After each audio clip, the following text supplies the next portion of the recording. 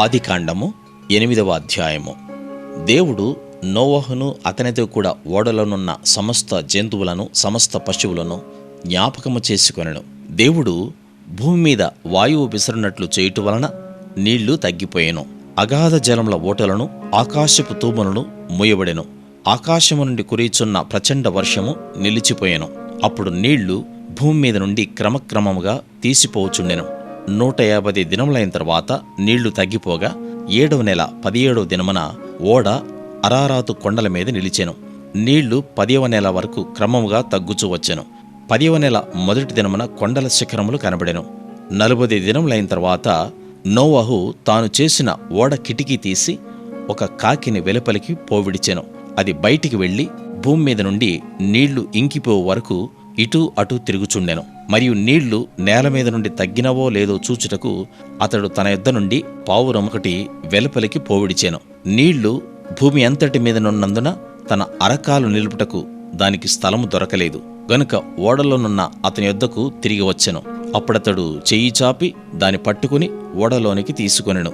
అతడు మరి 7 దినములు తాళి మరలా ఆ పావురమును ఓడలో నుండి వెలుపలికి విడిచెను.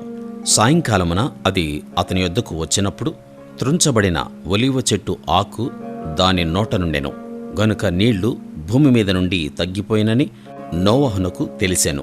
అతడింకా మరి 7 దినములు తాళి ఆ పావురమును వెలుపలికి విడిచెను. ఆ తరువాత అది అతని యొద్దకు తిరిగి రాలేదు. మరియు 601వ సంవత్సరము మొదటి నెల తొలి దినమున నీళ్లు భూమి మీద నుండి ఇంకిపోయెను. నోవహు ఓడ కప్పు తీసి చూచినప్పుడు నేల ఆరియుండెను.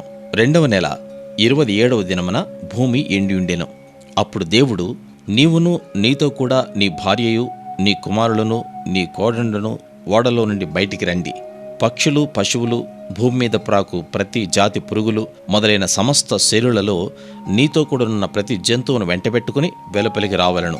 అవి భూమి మీద బహుగా విస్తరించి భూమి మీద ఫలించి అభివృద్ధి పొందవలని నోవహుతో చెప్పాను. కాబట్టి నోవహును అతనితో కూడా అతని కుమారులను అతని భార్యయు అతని కోడండ్రును బయటికి వచ్చిరి. ప్రతి జంతువును ప్రాకు ప్రతి పురుగును ప్రతి పిట్టయు భూమి మీద సంచరించినవన్నీ వాటి వాటి జాతుల చొప్పున ఆ ఓడలో నుండి బయటికి వచ్చాను. అప్పుడు నోవహు యెహోవాకు బలిపీఠము కట్టి పవిత్ర పశువులన్నిటిలోనూ పవిత్ర పక్షులన్నిటిలోనూ కొన్ని తీసుకుని ఆ పీఠం మీద దహన బలి అర్పించాను. అప్పుడు యెహోవా ఇంపైన సువాసన ఆఘ్రాణించి, ఇక మీదట నరులను బట్టి భూమిని మరలా శపించను. ఎందుకనగా నరుల హృదయాలోచన వారి బాల్యము నుండి చెడ్డది.